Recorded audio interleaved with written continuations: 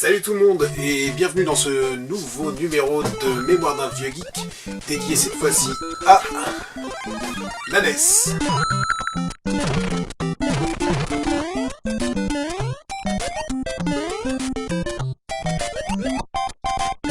Nous sommes à quelques jours de Noël et c'est pour moi l'occasion de vous parler de la NES. Alors vous allez me dire pourquoi la NES, pourquoi Noël, quel rapport? Tout simplement parce qu'en fait c'est la première console que j'ai eue en tant que cadeau de Noël. D'ailleurs je crois bien la seule de mémoire. Alors quand je dis que je l'ai eu en tant que cadeau de Noël, ce n'est pas tout à fait vrai. En fait nous l'avons eu, mon frère et moi. C'était un cadeau commun. Et pour marquer le coup, donc du coup on avait eu ce fameux Action Set. Donc que beaucoup d'entre vous connaissent déjà. Alors, il y avait plusieurs boîtes dans lesquelles on pouvait trouver la NES. Nous on avait eu celle-ci, donc qui contenait à l'époque 2 manettes, un flingue et le double jeu Mario et Duck Hunt. Donc Super Mario Bros 1, le tout premier, et Duck Hunt, donc qui se jouait avec le pistolet.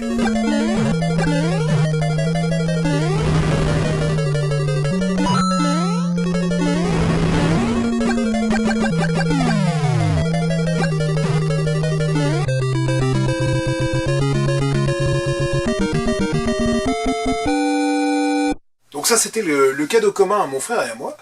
Et en plus, on avait eu chacun un jeu en plus. Donc pour moi c'était Probotector.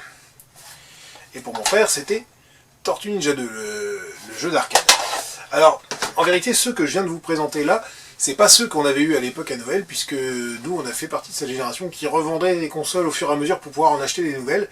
Donc à l'époque on avait tout revendu, mais quelques années après hein, bien sûr, pour passer sur la Mega Drive. Puis quelques années on avait vendu la Mega Drive avec tous les jeux pour passer sur Super NES et ainsi de suite. Voilà, donc en fait l'ensemble de nos collections de l'époque, en fait on ne les a plus, on les a reconstituées avec le temps, mais ce ne sont pas les jeux qu'on avait à l'origine, c'est pas en tout cas les versions qui nous avaient été offertes. C'est comme ça. Alors pourquoi on faisait ça? Tout simplement parce que nos parents étaient ouvriers, ma mère était employée dans une usine, employée dans les bureaux, mon père était routier, ils avaient des payes qui étaient convenables mais pas colossales, donc voilà, ils n'avaient pas les moyens de nous acheter des jeux en permanence, des consoles en permanence, donc il fallait parfois sacrifier un petit peu ce qu'il y avait avant pour passer à la génération suivante. Alors de mémoire, avec mon frère sur NES à l'époque, on avait eu environ peut-être 10 à 15 jeux sur plusieurs années réunis, hein. Il nous fallait pas mal de temps à l'époque pour en acheter. Alors, on avait souvent à Noël ou aux anniversaires, c'était pas... voilà, on n'avait pas des masses de thunes, donc c'était vraiment à des périodes bien particulières. Donc voilà, on avait eu ces jeux-là, Mario 1, Duck Hunt, Probotector et Tortue Ninja 2, c'était les premiers. On a eu Tortue Ninja 1, c'est sûr, on a eu Zelda 1 à l'époque. On avait eu Mario 2, Mario 3, je sais plus à quelle occasion, mais enfin bon voilà. Et une petite poignée d'autres, Dragon Ball, je sais qu'on avait eu Dragon Ball aussi, je vous en reparlerai certainement dans un autre épisode. Mais on n'avait pas forcément beaucoup. Alors ce qui est assez paradoxal, c'est que finalement aujourd'hui j'ai beaucoup plus de jeux sur NES que j'en avais quand j'étais gamin, alors que aujourd'hui j'ai plus vraiment le temps d'y jouer, ce qui est quand même un petit peu con. Mais bon bref, c'est comme ça. On a passé énormément de temps sur Mario 1, qui était quand même assez difficile pour des gamins de notre âge, hein. Comme je dis, on devait avoir 7 et 5 ans, ou 8 et 6 ans, mais vraiment pas plus. Donc c'était quand même assez costaud. Cela dit, c'est vrai que voilà, c'est un jeu qui est finalement assez facile quand on commence à maîtriser un petit peu le truc. Et en plus, il y a beaucoup de raccourcis.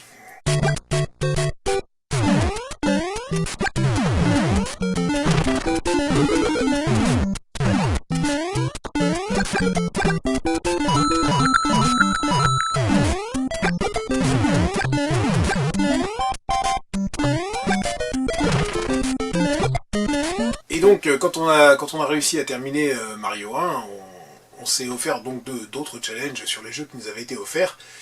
Et celui qu'on jouait vraiment particulièrement au tout début, c'était Probotector à 2 joueurs. Alors avec le fameux Konami Code, que tout le monde devrait normalement connaître, hein, si jamais c'est pas le cas, vous le faites tatouer quelque part. Voilà, hein, OO, Baba, gauche droite, BA, BA. Et ça nous donnait 30 vies, chose qui ne nous servait finalement à rien du tout.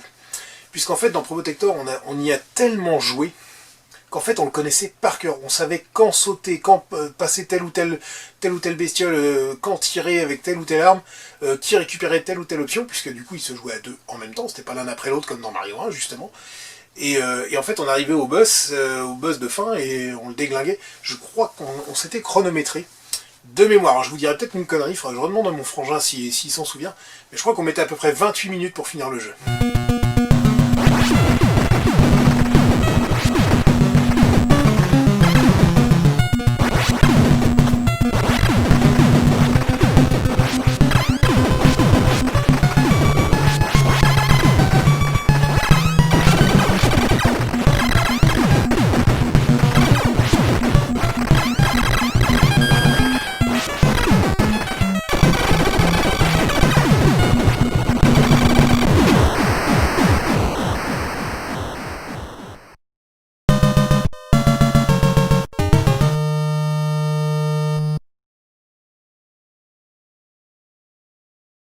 Alors on terminait Probotector assez vite, certes, parce qu'on le connaissait vraiment par cœur et qu'on s'était beaucoup entraîné. Cela dit, on avait beaucoup plus de mal avec Tortue Ninja 2. Alors on l'a vraiment poncé, on y a passé énormément de temps, mais on galérait tout le temps au même endroit, le boss de fin. Alors on mettait plus de 2 heures à l'atteindre, hein, c'était quand même assez long. Et à chaque fois on se prenait une branlée monumentale. Et à l'époque, enfant, nous n'avons jamais réussi à le battre.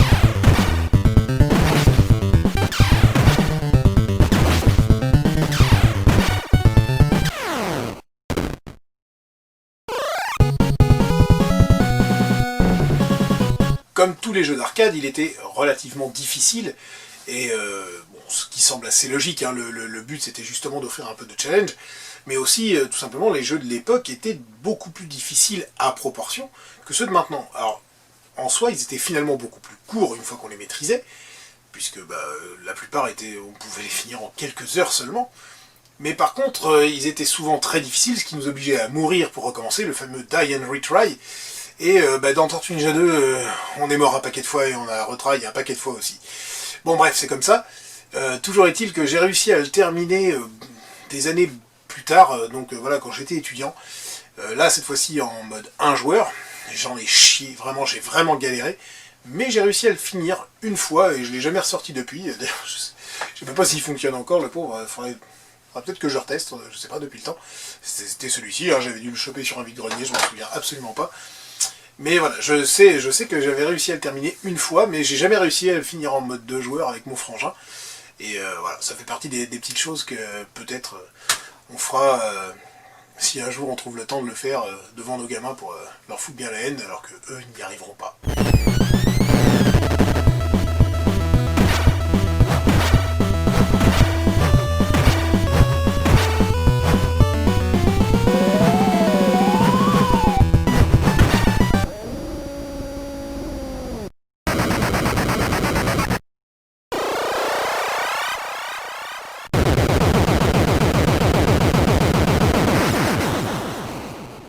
Alors, il y a eu d'autres jeux très marquants pour nous sur Nintendo, sur la Nintendo NES, mais pour certains d'entre eux, je ferai vraiment des épisodes particuliers, comme je l'avais fait pour Zelda à l'époque, Zelda 1, qui est vraiment un jeu qui a marqué mon enfance, et il y en a quelques autres comme ça. Cela dit, par rapport à la NES et on va dire à ce petit point de départ, en tout cas pour nous en tant qu'enfants, il y a aussi Duck Hunt. Hein. Je vous ai parlé de Mario tout à l'heure, mais il y avait Duck Hunt sur la cassette, sur la même cassette, et ça a été le point de départ qui nous a permis de mettre notre père aux jeux vidéo. Alors il faut savoir quand même que mon père, enfin notre père avec mon frangin, c'est un petit peu un allergique de la technologie. Hein. Généralement, il s'approchait d'un clavier, tout tombait en panne. C'est vraiment quelque chose qui lui déplaisait fortement. Mais bon, petit à petit, on a réussi à l'amadouer comme ça. Alors on avait réussi à le faire jouer à des jeux un petit peu plus tard, quelques années plus tard sur PC, des jeux de voiture, des jeux de course, tout ça, avec le volant, on avait le guidon, tout ça, donc on avait réussi à le faire jouer à ça. Mais avant cela, le premier jeu qui nous a permis de le faire jouer, en tout cas avec nous, c'était Duck Hunt. Alors pourquoi? Parce que notre père était chasseur, il est toujours chasseur encore aujourd'hui. Alors vous allez me dire, oui, ça change un petit peu quand même, hein. Le flingue de la NES, c'est pas vraiment un fusil de chasse, mais voilà, c'était un petit moyen de mettre le pied à l'étrier, et mine de rien, il se démerdait sacrément bien.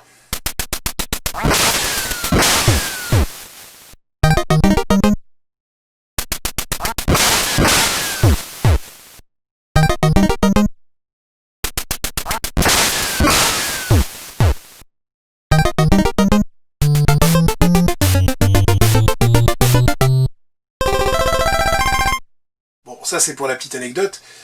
Juste à savoir, donc comme certains d'entre vous le savent déjà, je suis président de l'association WebSF et nous organisons chaque année le Geek Days à Mirbeau, donc c'est une petite convention geek, alors, sauf malheureusement cette année 2020 où le coronavirus est venu un petit peu mettre son nez là-dedans.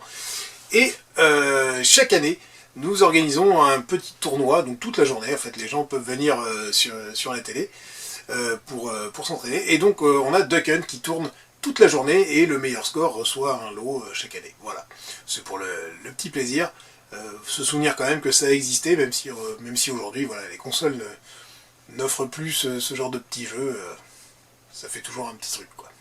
Voilà, alors avant de terminer cet épisode, toujours un petit truc, donc beaucoup d'entre vous avaient certainement déjà remarqué par le passé, c'est par rapport à la boîte de l'Action Set de la Nintendo NES, comme vous pouvez le voir sur l'image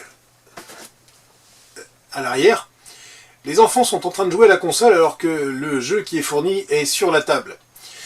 Voilà, c'était juste une petite blague. Je pense que quand ils ont fait l'image pour la pub, pour mettre à l'arrière de la boîte, ils se sont dit que ça serait peut-être une bonne idée qu'on voit tout ce qu'il y avait dans le set à l'écran, mais ça manquait quand même un petit peu de cohérence. Bref, c'était pour la petite blague. J'espère que cet épisode vous a plu et on se retrouve très bientôt pour un nouvel épisode de Mémoire d'un vieux geek.